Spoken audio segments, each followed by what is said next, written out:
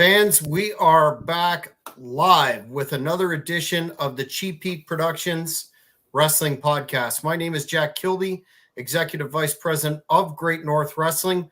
Morris will be joining us in just a minute, but we are here to interview a man whose career I am very familiar with and a fan of, a man who made his mark primarily, but not extensively, exclusively, with World Championship Wrestling. And I would be speaking about the one and only Joe Gomez. Joe, thanks so much for coming on today. Honored to be here. Thanks for having me, my friend. I think it's helpful for the fans to get the perspective of how you first got involved with the business by asking if you were a fan growing up, and if so, did you follow any particular territories or companies? Oh gosh, yes. I was I'm a native Floridian, so obviously I followed Florida Championship Wrestling. It was on every Saturday night on channel 6 and 33, and the Dean Gordon Soley and Dusty Rhodes, of course, Rocky Soulman Johnson, Steve Kern, Mike Graham. Nate himself when he would be the touring champion and come through the territory, Barry Windham, pretty much that whole Florida crew, and a little bit of Georgia as well, but mostly Florida Championship Wrestling. Yeah. Did you have a moment in time when you decided, I'm going to pursue this as a career, or how did that Thomas Newsom? No, actually, that's funny. I was always a huge fan of it. Played baseball and football through high school, football in college, but I never really anticipated finding a career, shall we say, in wrestling. I didn't know what avenues to take. I knew you had to go to wrestling school, but of course, I always heard the legend of Hulkster when he went down to Hiro Matsuda and they broke his ankle. So I wasn't about to go through any of that. So it wasn't until I actually met Dusty Rhodes at a wedding, Lightning Lou Perez, a local guy here in Florida, Tampa. And, I guess I just had a look that they liked or thought they could make money with, and asked if I ever was interested in becoming a professional wrestler. And of course I was like, out of my mind. And, they set it up for me to go down there and train at the Armory. I'm sorry, not the Armory, at the Albany Street, the old Sportatorium. There's so many of those classic, Saturday matches that I watched were on. And actually, when I was in high school, my senior year, I would go and, wave at the camera, walk by it, and tell my friends down in Miami, where I grew up, I'm on wrestling, watch wrestling, So just a lot of great memories in that building. And that's where I broke in. Steve Kern trained me there, Mike Graham, and Ron Slinker, God rest his soul. Mm-hmm. I wanted to ask you about that. We hear a lot about, especially the old school training, but from Florida. You mentioned Matsuda and what happened to some of the individuals that tried to break into the business. Off that sort of thing. What was your experience like in that regard? Well, I'd say it was nowhere near as difficult as a lot of the other guys went through. Guys that were probably my one generation before me. We were stretched. Don't get me wrong, and put in the sugar hold, and stretched until we screamed or what have you. But we weren't beaten anywhere near as bad as those guys. I mean, we paid certain dues, but nothing like the generation that preceded me. It was tough. But it was a lot of fun, a lot of camaraderie, and definitely one of the most fun times I had in my life. You're young, you're as strong and in the best shape you're ever going to be in. And, you're chasing your dreams with your guys, and, just the 4-hour car ride, because it was throughout the state of Florida, the 3 and 4 hour car rides and the camaraderie that you build on those. Sometimes there'd be a veteran like a Bob Roop or a Kevin Sullivan or Mike Graham, my first tag team partner, or Steve Kern. And, we'd go to the Bahamas once a month. That was a regular part of the territory. So those were just tremendous times. Dick Slater, so we'd be able to, get some knowledge from those guys, some of the veterans that were there. And Rocky Johnson was regular there too. Scott McGee, a tremendous worker.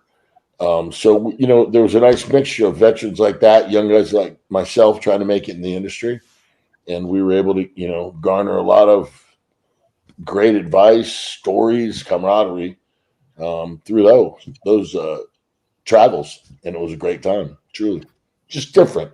Now everything is so, you know, it's just now, you know, you go to the performance center and it's great. There's never been anything like it. You know, it's like going to Miami Dolphins and Davie training camp, or the Bucks here in Tampa, but it's just still not the same. You know, that gritty, you know, no air conditioning, Albany Street and the Sportatorium on Saturday mornings at 10 a.m. and it was, you know, 100 degrees in there. There's no shower, no air conditioning. So you know, you kind of long for those days as well. Excellent. We're joined by Mr. Cheap Heat himself, all the way over in Ireland. Morris, welcome to your own show, sir. late for my own show. There you go. Sorry, 5 minutes at the most. Good to have you, sir. We were just getting into Joe's experience, you know, breaking into the business and his training process. If you want to ask him from there. Yeah, I was reading that you were trained, Joe, by Steve Kern, who we've previously had on the show as well. I'm just wondering, what did you learn from Steve? You know, I'd probably say the biggest thing that Steve taught us, you know, in addition to the physical aspects of what the business demands, I remember one of the first things: look at yourself in your underwear in front of the mirror and ask yourself, would you pay money to see yourself? So those were one of the first lessons he taught us, and along with just respect, you know, because Steve has such a tremendous amount of respect for the business, and that was the one overriding principle I'd say that he really taught us is, you know, every time you walk into a locker room, you know, you shake hands, you introduce yourself, even if they know you, you pay your respects to the ones that came before you. And I think that was probably the biggest thing that I took from the business, and why I was able to garner a lot of tremendous friendships through the years, because I always paid proper respect to the business and the guys that I shared the ring with as well.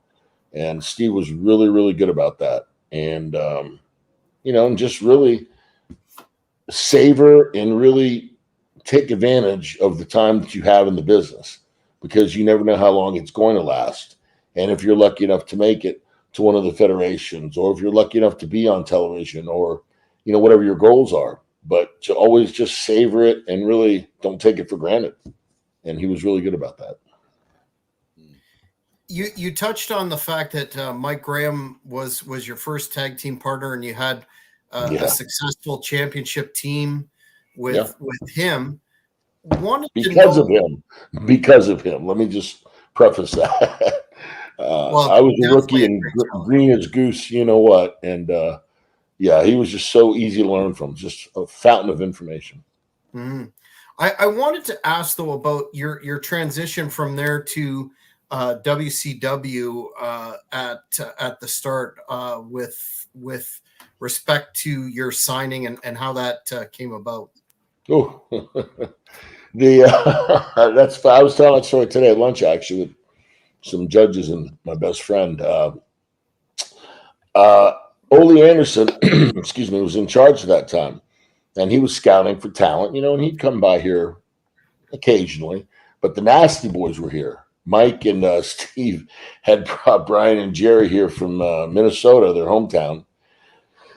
And let's just say Tampa, Clearwater hasn't really been the same since the Nasties came. But so we had a program with them, and I was probably married to them for 2 or 3 months with Mike, which meant heat on the kid. Mike Graham makes a hot tag, boom, he's jumps through the ropes, boom, boom. They fly around for him, but 20 minutes, you know, they were just killing me. So that was a real good learning experience and a lot of fun. And I'm still really good friends with Brian and Jerry to this day. But yeah, it was you just learned so much from them. And when you're working the same guys in 4 or 5 rather towns in a territory, the matches, you know, tend to be the same, or none of us really that experienced back then to know to change them. And this is before the internet, of course, so nobody knew that they were seeing the same thing that they saw 30 miles ago or the night prior. So it was just a really good learning experience. And basically I learned how to sell And but working with Mike Graham, I did get to learn a lot. You know, he was just so smooth in the ring, and everything he did meant something. And it was for a reason. And just a tremendous wrestler. And you know, he was a good friend to all the younger guys. And you know, I think about him quite often. Actually, he was a good man, good friend. So through Mike, you made the connection with WCW and Ole? I would say yes, because, well, I mean, you know, the tag team was obviously meant for me to, you know, Mike was, you know, finishing up pretty much. You know, he was in the latter part of his career, and it was to polish me up and to teach me and to give me the experience of working with a tremendously skilled worker like Mike. And I did learn somewhat. I only had about probably 20 matches here before Ole signed me, and I was definitely not ready to be in WCW. Definitely not ready for that. But I had a certain look, I guess, and I had good size, and I was a good athlete. So they thought they could make money, you know. So they flew me up to Atlanta, and God, I never forget. I was calling Kern from Ole's office. We're on the 13th floor of the CNN Center, and I asked Steve, "Man, they want to give me a contract. You think I should sign?" And you know, Kern, heck yeah. You never know if you're going to get another shot at it, which obviously is true. So I signed, and they put me on a plane, literally, right, like within the hour, to Myrtle Beach, South Carolina, where I was to wrestle the Iron Sheik, former WWE champion. And, you know, again, he was on the latter part of his career. You know, the injuries had really taken their toll on Sheik. And, you know, he was living in Atlanta at the time, a little bit south of the airport. So it was a good way for him to continue in the business and, you know, be closer to home. So I see him and Al Green, who was a guy from Tampa as well, who was teaming up with Kevin Nash as the Master Blasters. And I would be married to them for a couple months upon my arrival at WCW. So, you know, I went with them and went about, you know, checked in. They showed me the ropes of being on the road. I literally had no idea. And wrestled the Sheik that night in Myrtle Beach. And I actually went over on the Sheik. Quite unbelievable honor for me. You know, I thought he was going to be hot about it, but he couldn't have been more professional or nicer. Just really a great guy. And again, another guy I missed dearly because he was just tremendous with the younger guys and wanting to teach us how to do something, when to do something, just very giving. And, you know, that always meant a lot to us, a former WWE champion, being that, you know, giving in the business, just tremendous. So from there, just, you know, I met Rick and Arn, and, you know, Sid Vicious was there. I spent some time with him on the road, and Rick and Arn kind of took me under their wing after some pretty crazy stories on the road. And, you know, I made $52,000 my first year, and my parents gave me a credit card. So I put all the expenses on there and, you know, make it easier for the accountant. Cause I was young. I was like 20 years old, I think 22 maybe. And, that was before Rick taught me to get my draws every night. Cause back then I think we can get $300 cash a night. So I'm like, oh, this is great. You know, we always have cash on us and everything, until I realized they were taking out of our checks. So at the end of the week, you know, we would have like I would have like $250 check. You know, Rick could take a $5,000 draw a night if he wanted, because he was paid on the house. So it was just a lot of learning experiences, and I really didn't get it. You know, everything was happening so fast around me, and for me to be on the road with, you know, two of my idols, you know, actually three, Rick, Arn, and Barry, it was really overwhelming for me, to say the least. So I didn't apply myself like I should have, to be quite honest. I should have, you know, put more into the business, you know, in terms of the matches and practicing. We didn't have the power plant back then. But if that's one thing I guess I would have a regret, it's not really applying myself. But, you know, I had other businesses too. I had a bar restaurant called Cherry's in Tampa, Ybor City. It was quite successful and very popular. So I was trying to split myself up a little bit, you know, business-wise. So, and definitely the wrestling is what lagged in that regard. So, but everything else, everything was great. I had a great couple years there as Alan Iron Eagle. Then I had a death in the family. They didn't renew my contract, nor should they have, mind you. I definitely did not progress like I should have, or they predicted. Went home to take care of that. My mother had died, which was really traumatic for me. I was an adopted only kid. And so I came home, and, my dad had helped me open up my first business called Cherries in Ybor City, wildly successful bar restaurant we had for 20 years there. So I came home to be with my parents, be with my father at this really, really tough time. And our relationship was never better. And, I was home with all my friends. I'm so blessed to have just an inordinate amount of friends in Tampa. And it was good. It was a good period of time.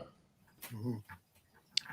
You mentioned Barry Horowitz there, Joe. I just want to get your thoughts on Barry and the career he's had. We always kind of have a discussion on this show that, he should be honored in some kind of Hall of Fame capacity for the Oh, career he's had. absolutely. What's your opinion on Yeah. that? Is the Brooklyn Brawler, is Steve in the Hall of Fame, WWE, I believe? No. Okay. Well, yeah, then, I mean, both those guys, SD Jones, Barry Horowitz, those guys that enabled the top guys to shine and did their job and did it. Barry took I traveled with Barry, a little bit, as you go through when you're young and in a territory, you kind of see who you mesh with. And I was still young and wild, and Barry was, probably 38 at the time, I would have to guess, and maybe 30, 32, but he was very disciplined, exacting on his diet, exacting on his training. He would always have to put his lotion on at night before he went to bed, but very, particular. His gear was always meticulous. His tan was always right. He always got his training in, and he was definitely one of the guys that was most overlooked, perhaps, or underrated. I don't know, but I think the bookers appreciate him because they always put him with the top guys because they knew they would get a great match out of him. But maybe he didn't get his recognition, as you said, Hall of Fame, perhaps, or any other adulation. But yeah, for the guys that know the business, Barry Horowitz was tremendous. I mean, you always knew you were going to get great work out of him. He always dressed like a professional, always carried himself like a professional. His ring gear was always spotless and meticulous. He was just a pro's pro. The only thing I can say about him. And a good guy, very good guy. You just got a shout out there from Casey Thompson, who's watching, by the way. Casey is a dear friend. I said threw the best drop kick I ever saw when we were working the indie show somewhere in Florida. Oh my God. But yeah, Casey's a great guy and a dear friend. And his son's a tremendous amateur, going through some injury problems now, but a tremendous amateur wrestler, like Olympic level. You touched on earlier, Joe, about some of the matches that you had with the Horsemen, the unit involving Barry and, of course, Sid and Rick and Arn. What was that like for a new guy in the business to have that kind of experience in ring with, some of the best that ever did it? For me, it was for me. I apologize. For me, it was like I guess batting against Roger Clemens. I actually got to never had a solo match. Rick had one or two with Arn for the TV title, but never had a solo match with Rick. But got to tag with him and let's see what you got, kid. And I was just like, oh my God. I was starstruck. I was excited. Whatever adjective you can come up with. And it was just tremendous. These guys were just great guys. Everything you see about them on TV, they are larger than life. They live their gimmick, which is why they became, the greatest. After I lost my parents, first my mother and my father, I spent 5 or 6 Christmases with both Rick and Arn in Charlotte, because they're like, Chief, we don't want you to be alone, boom, boom, boom. And just great guys, great friends. They really were. They made me an integral part of their families, and that was a huge compliment for me. So just to be able to be in the ring and to travel with them and have those experiences, for me it was priceless. Joe, we were just looking through your database there, and you have one listed match for WWF in '96 against the Godwins with the Brooklyn Brawler. How did that come about, that appearance with WWF? Well, I think at that time I was getting offered to go back to work. My father had died, and I had a couple restaurants at the time, but I had them situated where I could go in and out of town, and some other friends in the business, Rick and I, oh, Chief, why don't you come back to work? And so Henry, I can't remember which guy it was, but Dennis Knight, I know you guys remember him, Tex Slazenger in Midian. WCW, Midian, yes, and he was also a Godwin. But they had asked me to come out and do a match, basically a tryout match. There's no way I was prepared, even though I think WCW had a better work rate. There's no way I was prepared for WWE. I think their characters were just so larger than life, everything, and my character was the one that gave me, Desperado Joe Gomez, was something Jimmy Hart put together, and he really was behind it and thought it would do well, but it wasn't developed enough. You know what I mean? And I was pretty. I just don't think I took the business as much as I should have, and really ran with it, developed it, and put everything I did. And again, not to make an excuse, more of an explanation. I did have a couple restaurants that were doing very well, and a tanning salon. I had other businesses, and that kind of it splinters you. I don't care how you have it set up. You're still going to worry about it. You're going to want to know, hey, what were the numbers, this and this and this, and you're trying to do other things. And wrestling is something that's got to be your mistress, your wife, your lover, your best friend, everything. If you're going to be of any, Stone Cold or anything, or Barry Horowitz. Barry Horowitz was totally invested in his business, from his diet to his sleep regimen, to his training, to his tanning, to his supplements. My God, he carried like 30 bottles with him, and I'm running around with Rick and Arn and Barry. And needless to say, that wasn't probably my number one priority. So, and like I said earlier, in that regard, I am somewhat,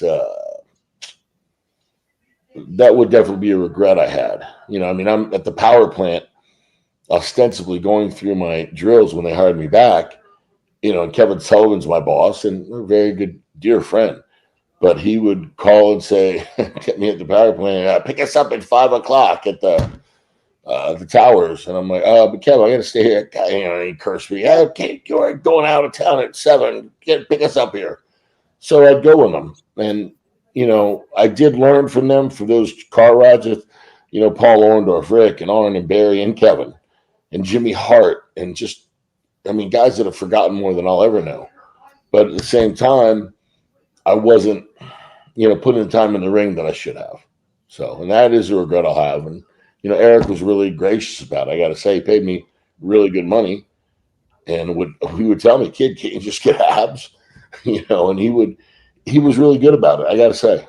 So, but yeah, being with those guys was just a tremendous time. And, it was such an opportunity to learn. And I took maybe advantage of half of it, but I didn't really, like I should have. No matter what, if we'd be out all night, Nate would be up at 6 a.m. on the treadmill at the highest level for an hour. No two ways about it. Arn would sleep in, but Rick was on that treadmill, fastidious about that, about his diet and everything. Drank like a son of a gun, but his diet was always spot on. So, there was things that I should have taken from them that I didn't. Probably because I was still starstruck, just being friends with them and being, on the road with them. So. I wanted to ask you about working with Austin in '92. Another guy who was fairly new to the business at that point in time. Did you get any sort of vibe from him that of the greatness that was to come?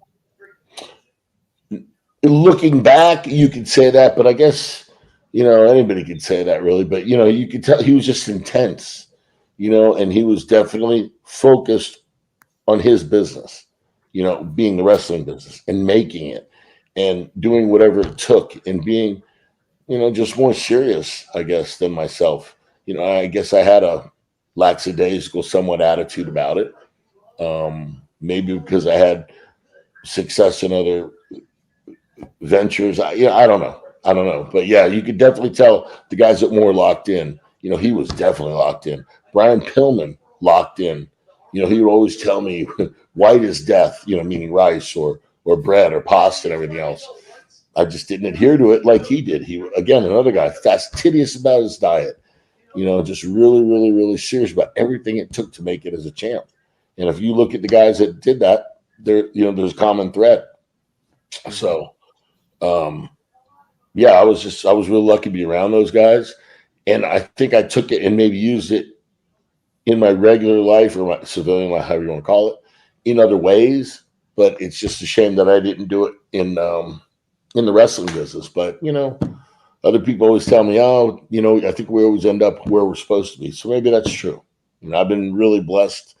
I've got a great life, a lot of great friends that I met through the business, and I'm very thankful for that. So I probably wouldn't change anything, to be honest. Mm-hmm. Especially like when you look at things and you see guys that might go all in on the wrestling business, then maybe get caught up in the party lifestyle, maybe put all their eggs in one basket and then end up in a difficult situation. Like if you look back on what you done, you were very clever. Well, and thank you so much for the kind words. I really appreciate that. You have no idea. I don't know about me being that clever, but I was surrounded by smarter people than I. And I think I took that advice, thank God, for once, to purchase real estate when my dear friend Boney advised me to, and I was so blessed with that. To open up a funding company when one of my attorneys that I work with just threw off a comment, hey, my investigator made, this last year, you should look at that. And I did, but I tweaked it and changed it around a little bit and, use some of the principles that I learned in the hospitality industry. But thank you. But no, I think I've just been pretty blessed to have a lot of great people around me. And, your family, your friends, and your health. Those are the only things that really matter. I've learned that. And I've been very blessed to have all of them. So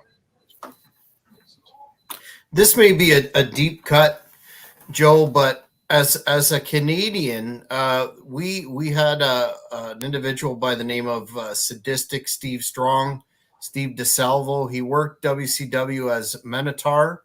Oh yeah, you worked him. I just wanted to know because I bet that had to be horrible. I haven't seen the match since it occurred. 25. Oh God, that had to be horrible. Not a knock on Steve. I'm talking myself.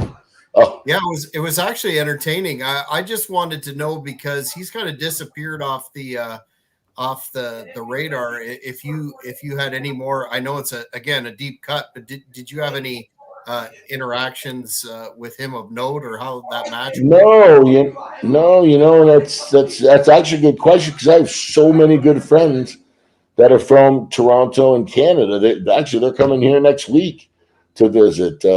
George Terzis, Anthony Corella, Santino Morella. Mm-hmm. So we got a lot of friends from Canada, Jay and Adam, Jay's over in AEW now.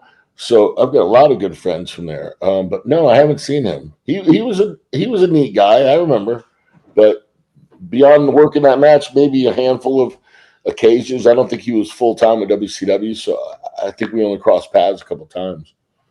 But oh God, I'm sure that match was a stinker on my part.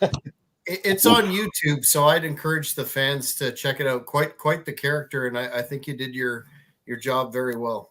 Well, thank you. That was a character. I remember that. The half man, half bull. Oh, Mm-hmm. wow. Mm-hmm. We'll send it to you later.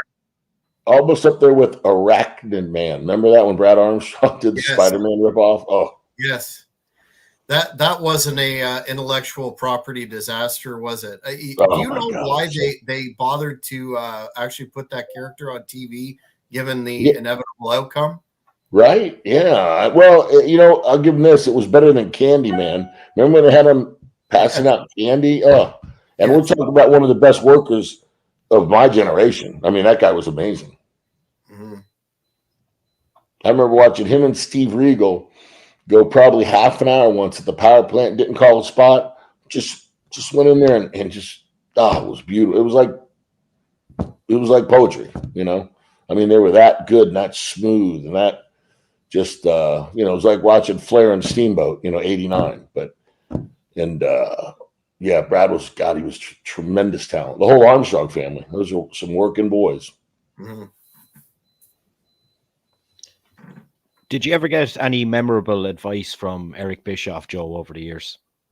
Yeah, I did. Yeah, let me tell you, Eric, I know he has his detractors and everything, but he was always really good to me. I mean,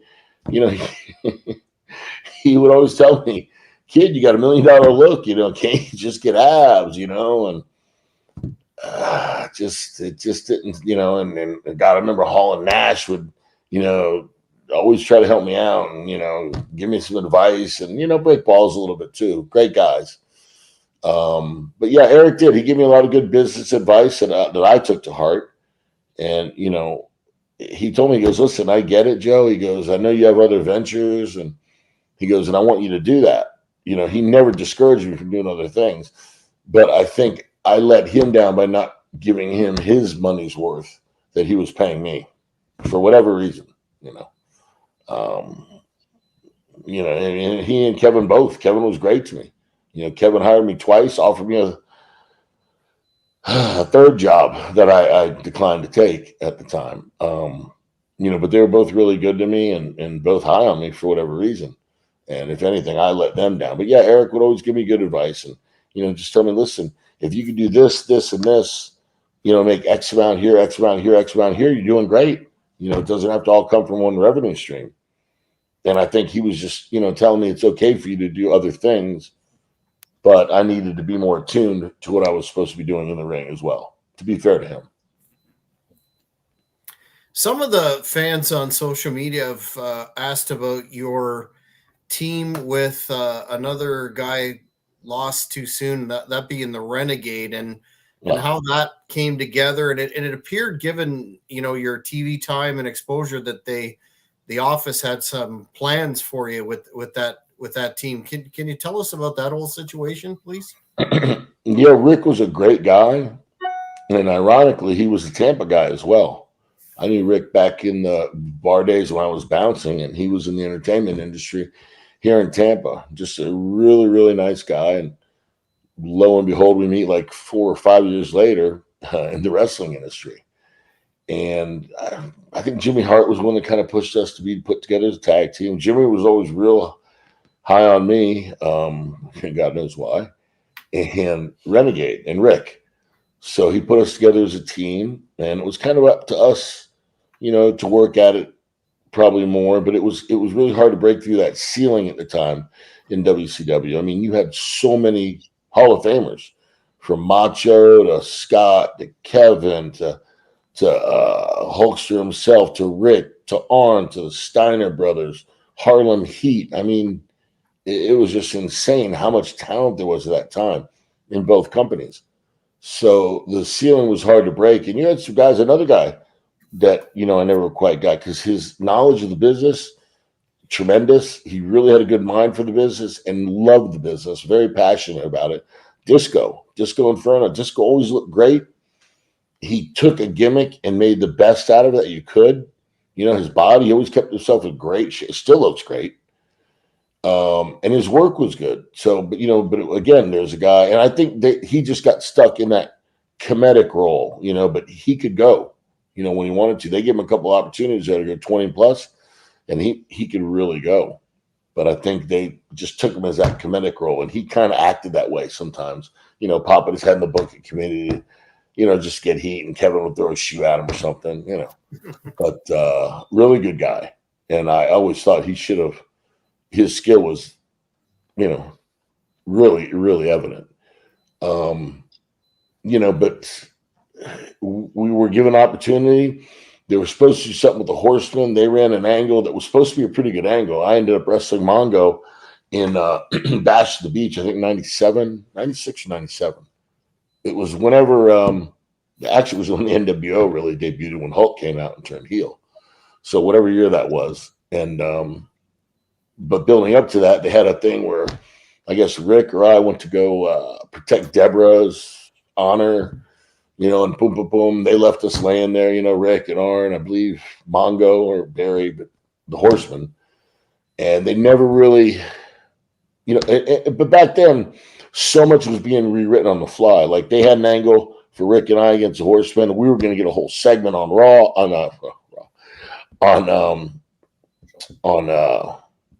on Nitro, and let's say if Scott or Kevin had a problem with what was written, and then Hulk, obviously he had creative control, or if DDP didn't like something, so Kevin literally would have to rewrite the show on the fly.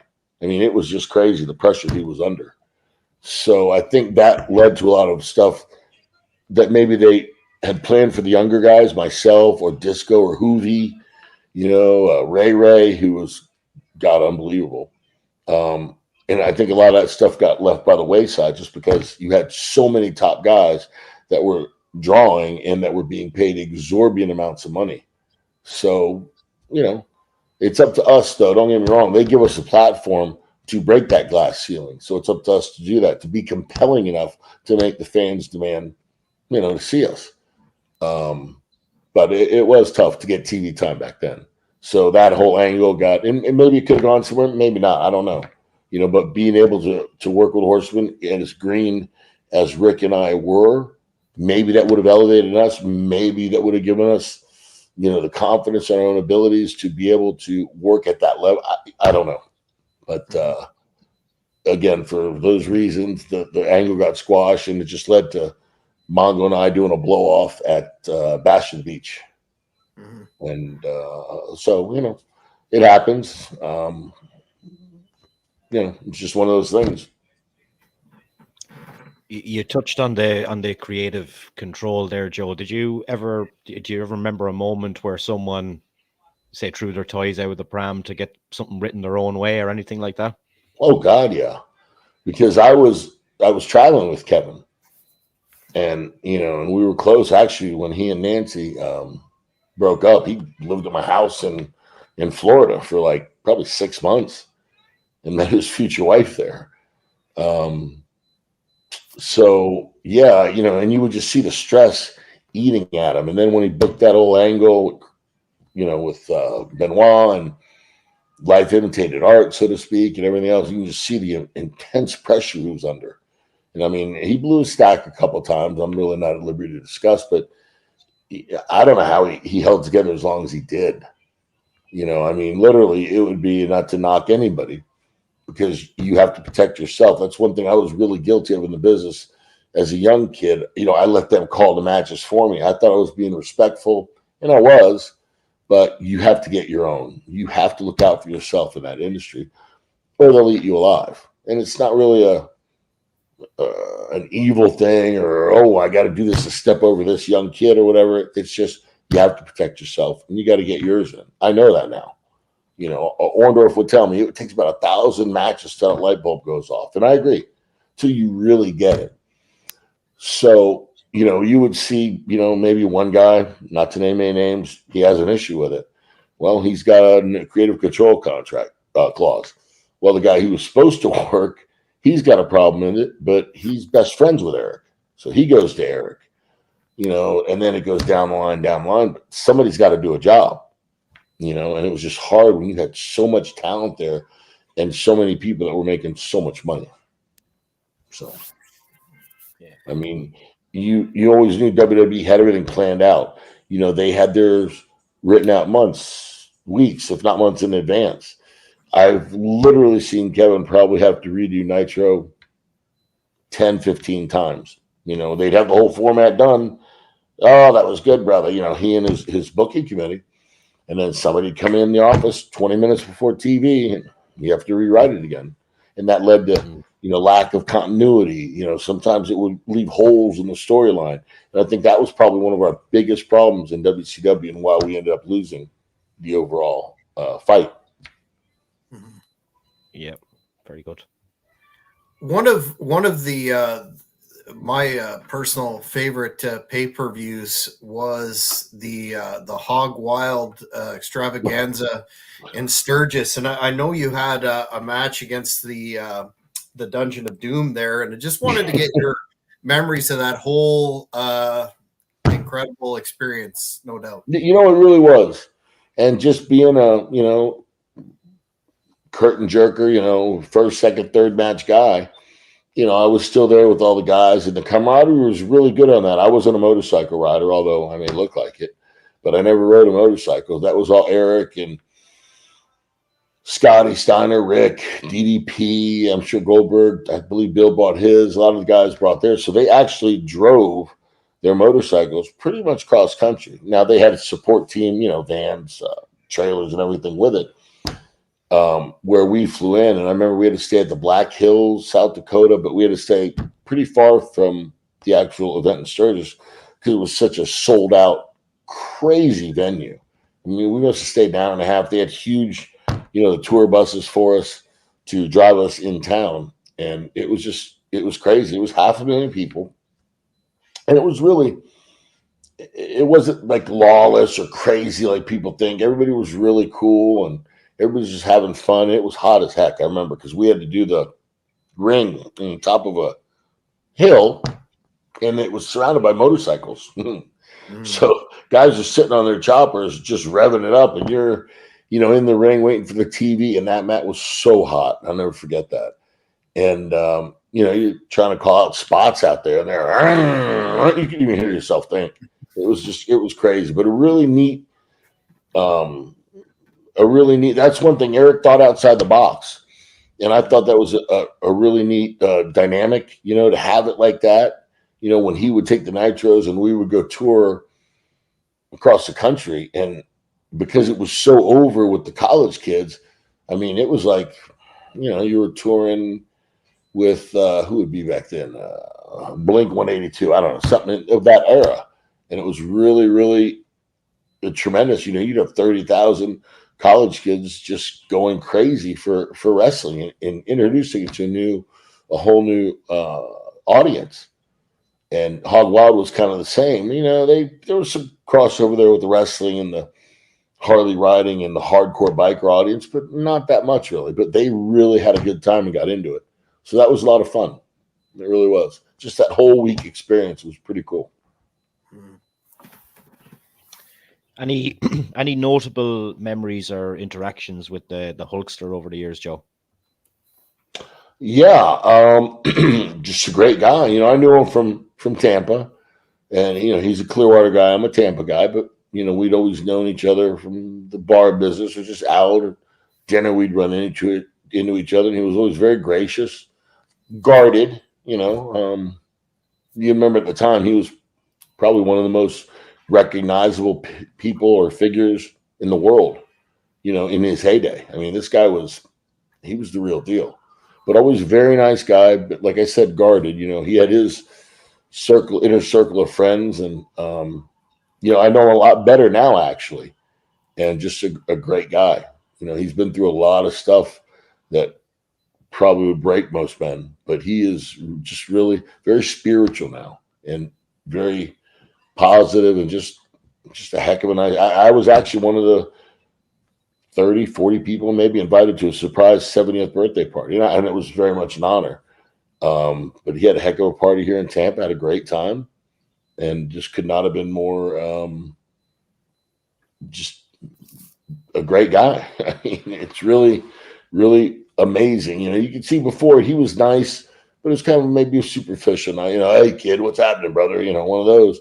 But now he really is just a real, genuine, good human being, great guy.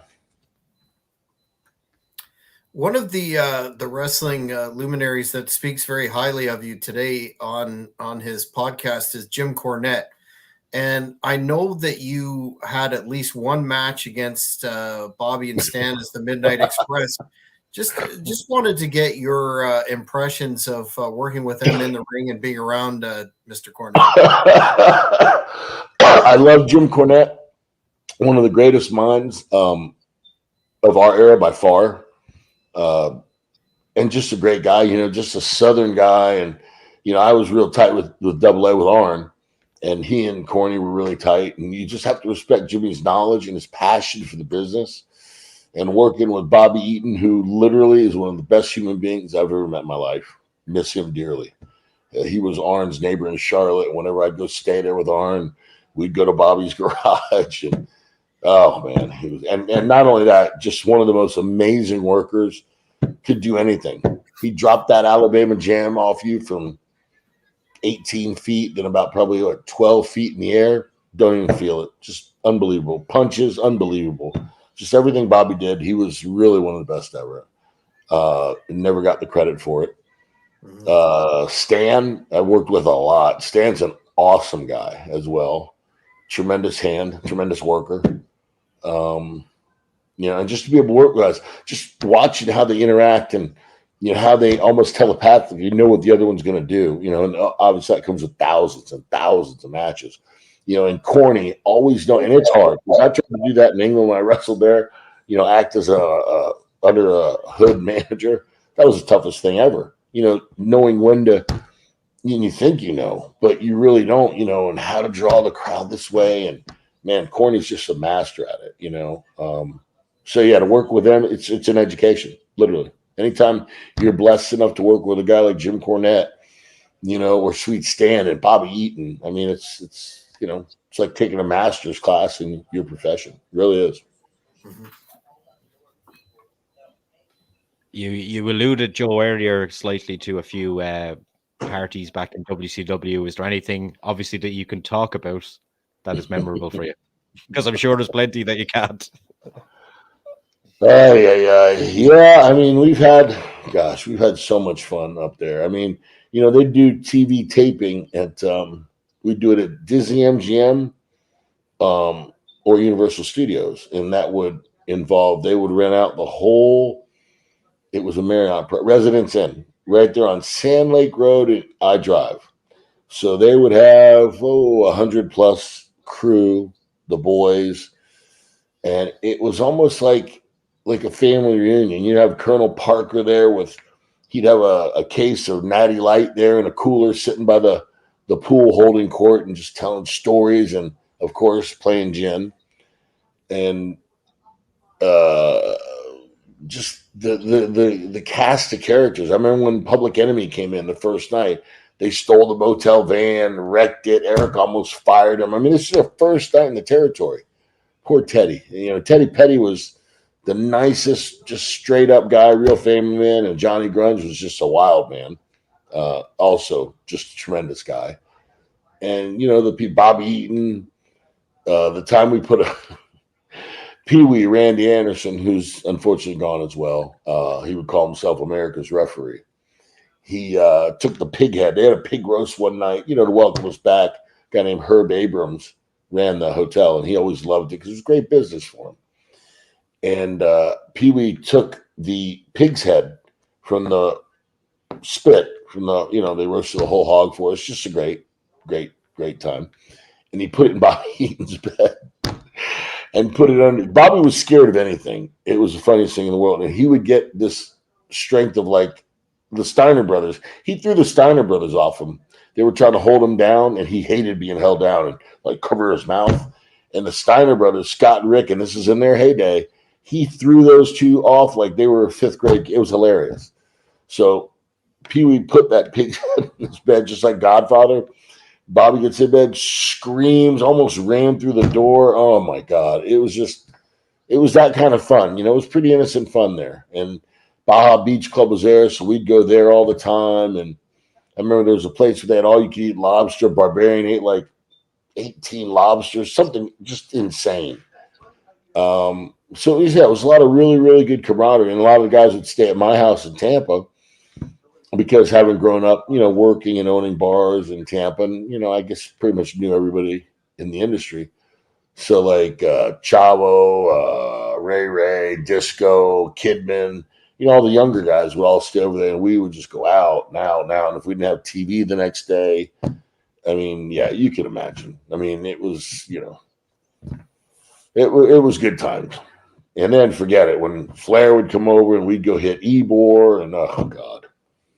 And now he lives here, fortunately or unfortunately. And he's still partying hard.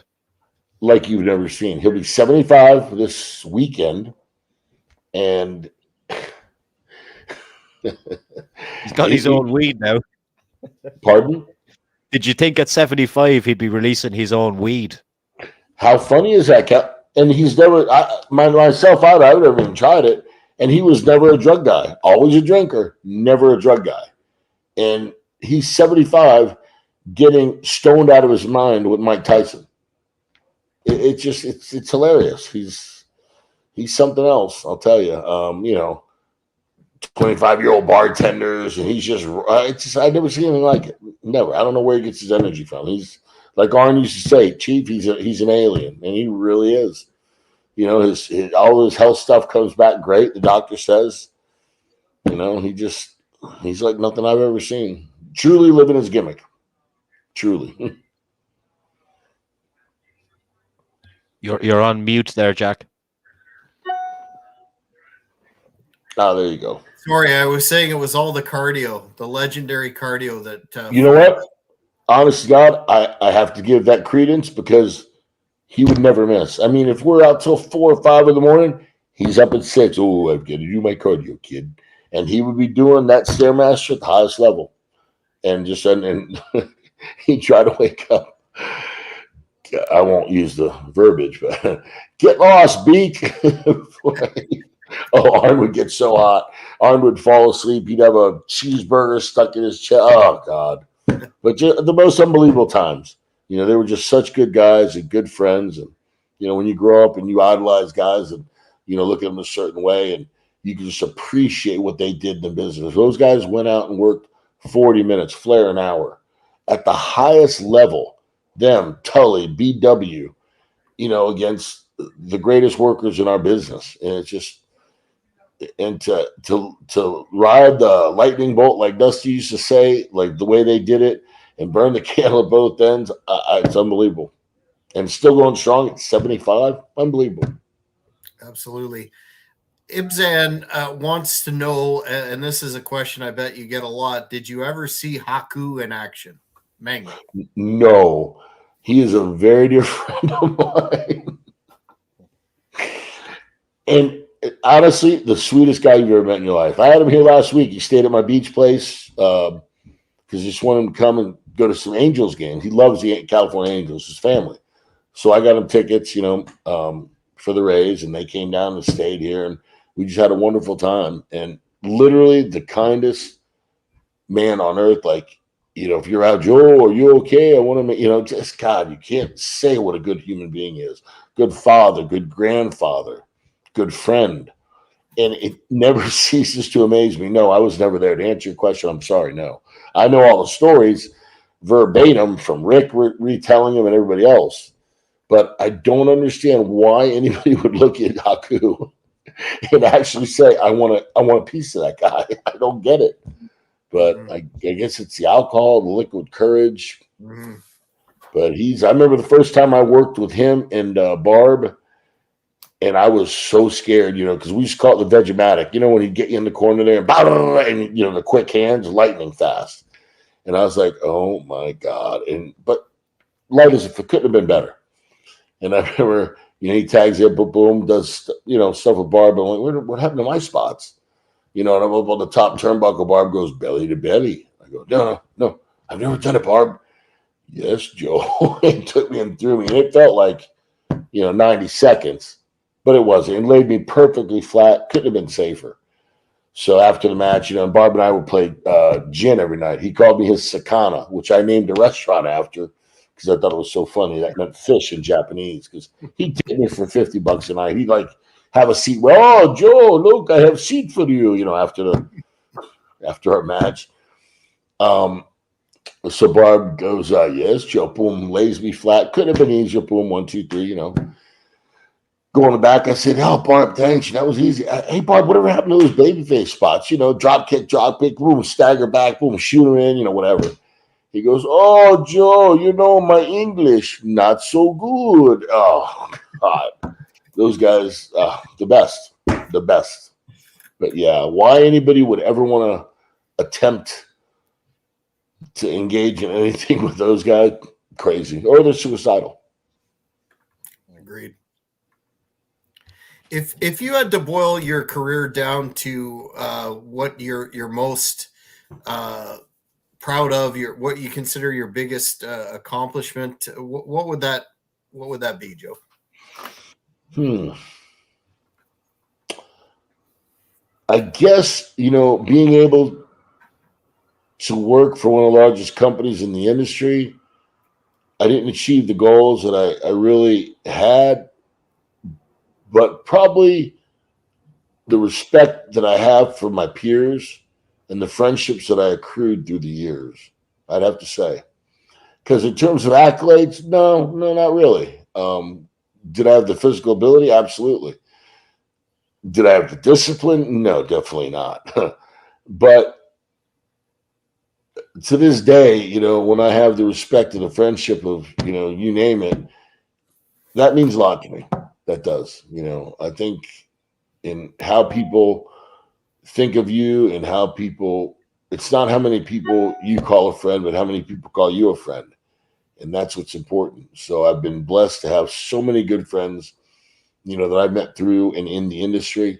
And I think that's probably my proudest accomplishment, that I've got a good amount of respect in the business from the boys. And that means a lot to me.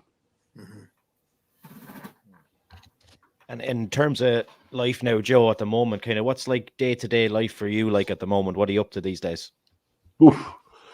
Well, I've got I've got properties here in Tampa, and I have a funding company called Florida Settlement Funding, where we do pre-settlement funding. Nothing really sexy, pretty boring stuff. But we get paid 50% of our money, guaranteed with an LOP from the attorney. So it's a very lucrative business. I've got an unbelievable partner again that I met through Rick, probably 6 or 7 years ago at his last wedding. And, and Rick, I remember we were in Mexico Beach at a place called the Pearl. Fabulous property if you guys are ever in Florida. Literally one of the most beautiful beaches and 5-star property. Tony Khan's there. I mean, just all the boys, Taker, everybody. And Rick made this wonderful, grandiose toast before that you're going to meet people that you're going to have as friends for life and friends for the. And sure enough, he was spot on. I meet my partner Mark. His name's Mark Hardgrove, and his wife Dina Trafficani's with me, my best friend, and just having a great time. And Mark and I get to know each other better. We get back to Tampa, and he owns a search engine optimization company. Huge money guy. Just a great guy. And through the friendship with Rick, because Rick would talk about him for years to me, and vice versa. So the friendship grew much faster than it ever would have. And again, that's just how Rick is. That's one of his gifts. When he talks about you and shines a light on you, it's like you're the only person in the world.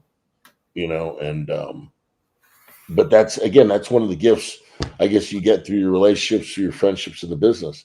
And Mark and I are business partners for 4 years. The business is great, and he couldn't be happier, nor I. He's become one of my very, very best friends. So, I think when you go through that, and and the business continues to give you blessings, or however you want to call it, I guess, you got to be thankful for that. Just and how people think of you and how you're treated. And I got to say, I'm the luckiest guy in the world. Well, Joe, we've really appreciated your time today on this broadcast. But before we go, do you have any contacts to promote on social media, or any upcoming projects that the fans should be aware of? No, you know what? Listen, I'm flattered that the fans, find an interest in me. I truly am. I don't think my career is anything, to celebrate, but no. If God forbid you guys ever get in an accident, you need funding or anything, we're the best at what we do. We've been in business 13 years. We're truly, truly blessed. But yeah, just, I'm flattered anytime everyone thinks positively about any of my career or contributions or what have you. And I appreciate all the kind words. Thank you very, very much. Well, we do appreciate your time once again, and have thoroughly enjoyed your recollection of what many consider, myself amongst them, the greatest period and the greatest company in wrestling history. And Yeah. wish you all the best in your future endeavors, sir. And likewise, boys, I think you guys do a great job with your show, and I had a tremendous time. Thank you so much for having me. Thanks Well, so much, fans, Joe. that's it for this edition of the Cheap Heat Productions Wrestling Podcast with Joe Gomez. We will see you again very shortly. Take care, everybody. Take care, boys. Thanks.